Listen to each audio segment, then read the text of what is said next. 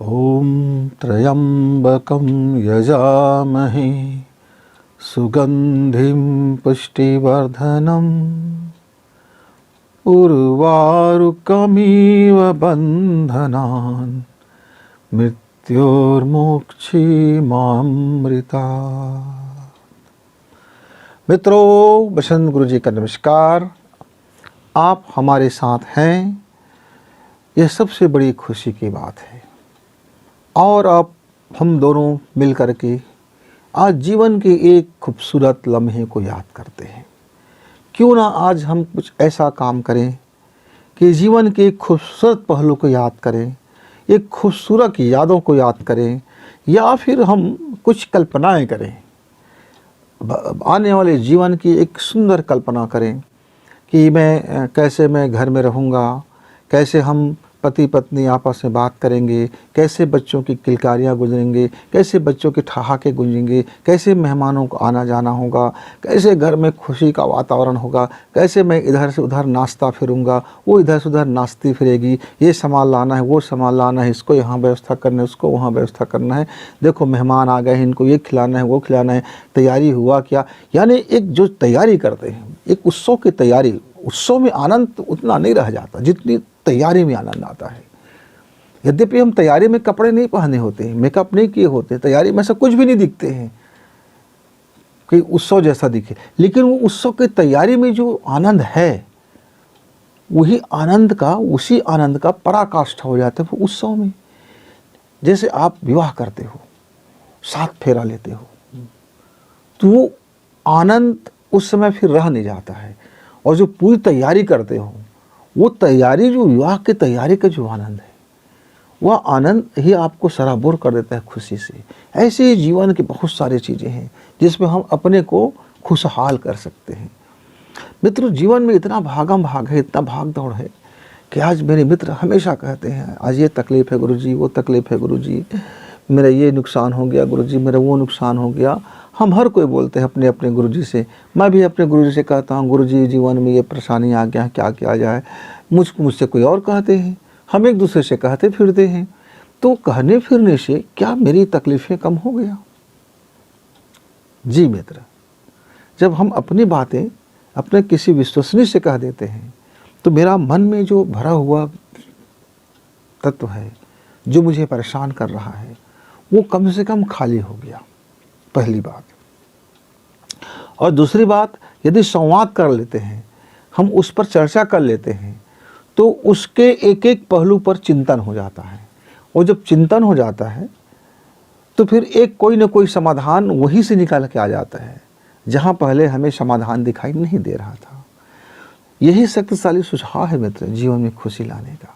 जीवन में खुशी लाने के लिए आप यज्ञ करते हो, तो केवल यज्ञ में आपका ये ध्यान होता है कि मनोकामना मेरा पूरा होगा।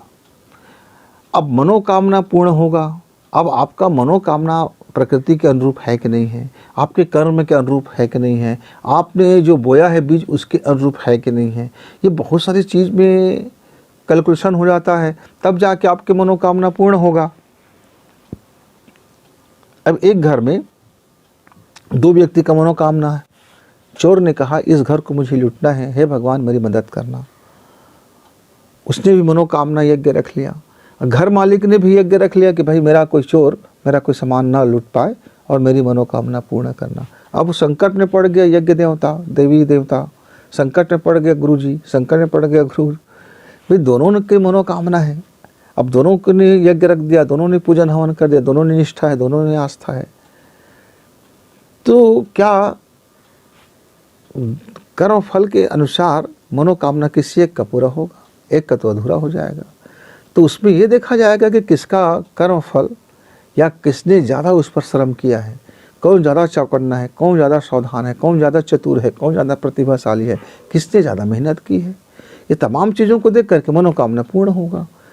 तो कभी कभी ऐसे ही हमारी ज़िंदगी में हो जाता है भाई, हम अच्छी भी मनोकामना करते अपने जीवन में, और कई बार हम अपने जीवन में बड़े बुरे मनोकामना को भी लेके चलते हैं कि मेरा ये भी कामना पूर्ण हो जाए। तो कामना पूर्ण हो जाए में जीवन में कई बार बड़ी तकलीफें आ जाती है। तो मित्रों, यदि आपके जीवन में कोई दुख तकलीफ है, कोई परेशानियां हैं, बहुत बड़ी परेशानी है, तो एक ऐसा आदमी ढूंढ लो जिसको आप पका सको, जिसके सामने आप बोल दो। वो आदमी की चाहे कुछ भी हो जाए, वो आदमी सुने आपको, सुने, आपसे बात करे, और आपको बात बात में आपको वो उपदेश मत झाड़े। हाँ, आपकी बात सुने, पर उसमें थोड़ी सी चिंतन की पुट जरूर डाल दें कि आपको इसको इस टाइप से सोचना चाहिए, इसकी हम इस एंगल से भी सोच सकते हैं, इस बाबत को हम इस तरह से भी देख सकते हैं। मैं उनके स्थान पे होता तो मैं ऐसे देखता, या मैं इनके स्थान पे होता तो मैं ये महसूस करता, तो शायद ऐसा हो गया होगा। बहुत छोटी छोटी बातें हैं जो परिवार की मैटर है, घाटा है, फ़ायदा है, बिजनेस है, बहुत सारी चीज़ें हैं, पैसा का लेन देन है, घर में अमीरी है, गरीबी है, झगड़ा है, टंटा है, परिवार का है। बहुत सारे मुसीबतों से हम घिरे होते हैं। परिवार, उसी का नाम परिवार। चंगाई नहीं होते, दंगाई होते रहते हैं, खटपट खटपट खटपट चलते रहते हैं। बर्तन आपस में टकराते रहते हैं, बर्तन को धोना पड़ता है, रोज़ मांजना पड़ता है, झाड़ू लगाना पड़ता है, घर की साफ सफाई करना पड़ता है। वैसे ही हम अपने चिंतन को देखें, मनन को देखें, कर्म को देखें तो बहुत सारा सफाई हो जाता है, लेकिन हम देख नहीं पाते जब तक मलबा ना जम जाए, जब तक उस पर कोई लोचा ना आ जाए। तो मित्रों, जो हमने पहले आपको तकनीकी बताया कि हम अपने वह खुशी के दिन को याद करें और बड़ी शिद्दत से याद करें और उसमें डूब ही जाएं, और भविष्य में जो खुशी हम चाहते हैं हम भी उसको भी ठीक वैसे ही सिचुएशन में देख लें और उसको महसूस करें और उसके आनंद में डूब जाएं। देखना मित्र, कुछ दिन इस तरह से आप यदि प्रयोग करते हैं तो निश्चित तौर से आपका जो समस्या है उसका समाधान होना शुरू हो जाएगा, और देखते देखते ही आपकी समाधान होता हुआ चला जाएगा। पर आपको बीच में रुकना नहीं है, झुकना नहीं है, संदेह नहीं करना है। अब एक मित्र था, हमेशा कहता था कि भाई मेरे नसीब में गरीबी है, मैं कभी पैसा नहीं कमा सकता, मेरे लोग बेईमानी करते हैं, मेरे लोग ये करते हैं, मेरे पास ऐसा हो जाता है, वैसा हो जाता है। तभी उससे कहो कि भाई ऐसा मत सोचो, आप ठीक से सोचो। वो सोच नहीं सकता ठीक से, पॉजिटिव सोच नहीं सकता। अब उसके जीवन में जब पॉजिटिव ही नहीं सोच सकता तो फिर पॉजिटिव कर्म कैसे आएगा? और जब पॉजिटिव कर्म नहीं आएगा तो उसका जो गरीबी हटेगा कैसे? क्योंकि गरीबी का मूल धन नहीं है। यहाँ धन तो गरीब हो गया वो धन से, पर यहाँ तो गरीबी का मूल कारण उनकी सोच है। तो पहले सोच को अमीर बना लो। सोच को अमीर बनाओगे तो वातावरण अमीर बनेगा, घर में माहौल अच्छा बनेगा, तो आदमी कमाएगा, चार मिल के कमाएगा, दो पैसा बढ़ाएगा। हम अपने गुणों के तरफ ध्यान नहीं देंगे, और सबसे पहले अपने सोच विचार और भरोसा विश्वास को हमको बदलना पड़ेगा। जैसे ही हम बदलते हैं, बिल्कुल आसानी से बदलना पड़ेगा। जैसे घर में नाश्ता करते करते जो हम बात करते हैं बहुत सहज हो जाते हैं, बहुत सहजता से बात करते हैं। जैसे हम कोई काम करते हैं तो पूरे पक्का विश्वास से काम करते हैं। जैसे हम बाज़ार जाते हैं, शॉपिंग करते हैं तो अपने बजट के हिसाब से पूरी शॉपिंग करके आते हैं और खुशी भी महसूस करते हैं। जैसे हम कोई नया चीज़ करते हैं तो महसूस होता है, कोई घर में पकवान बनाए तो खा करके जो हम महसूस करते हैं। ऐसे ही जो आपकी समस्या है उस समस्या पर विचार बिल्कुल नहीं करना है। जो उसका समाधान दिख रहा है उस समाधान को आप होता हुआ ऐसे ही महसूस करें, ऐसे ही महसूस करें।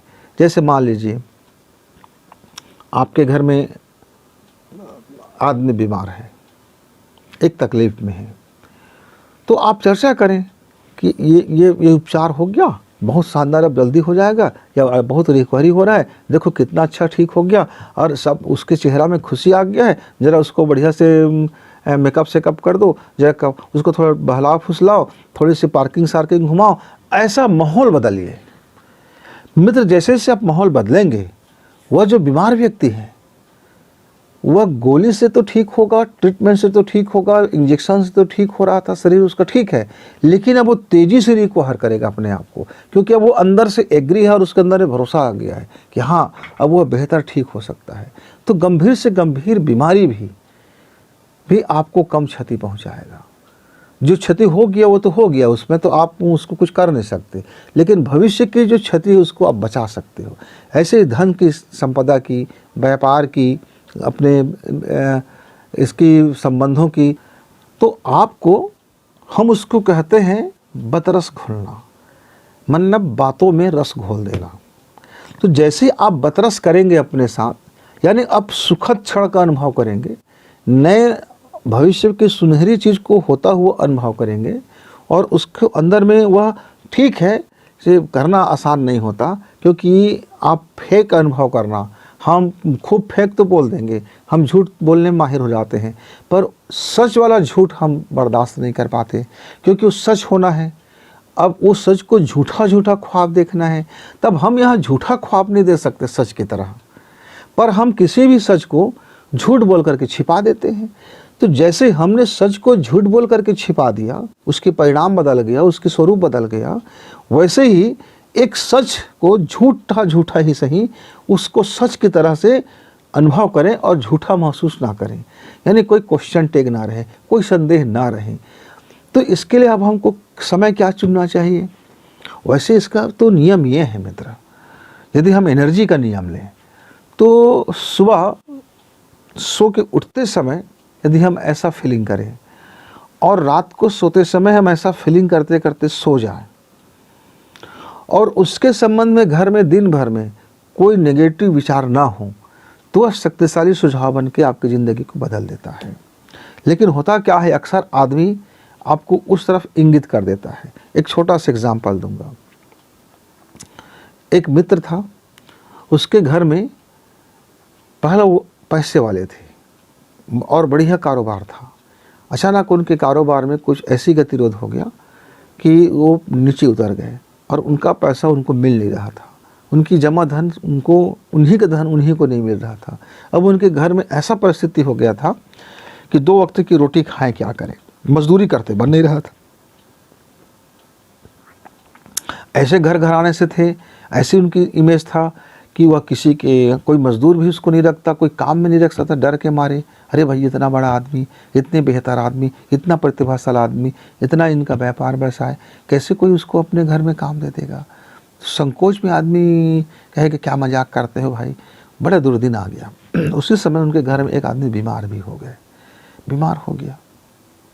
कहीं से अब रिश्तेदारों को मालूम हुआ, सबको पता चल गया कि इसके घर में बीमार है। अब हुआ क्या, तमाशा शुरू ये हो गया, अब ये सकारात्मक ध्यान से अपनी परिस्थिति बदलने की कोशिश कर रहा था और अपने व्यवसाय को ट्रैक में भी ला रहा था। उनका लगभग व्यवसाय ट्रैक में अब आ ही रहा था। धीरे धीरे करके जो माइनस था अब वो कम से कम लेवल में आ गया था। जो घाटे थे अब वो घाटा बिजनेस नहीं दे रहा था, अब बिजनेस लाभ दे रहा था। लेकिन पिछला कर्ज और पिछला नुकसान इतना हो गया था कि उसको भरपाई करने में अभी थोड़ा वक्त लगता। अब वो उसको मालूम था कि अब मेरा बिजनेस लाभ दे रहा है। उसी समय में घर में आदमी बीमार पड़ गए।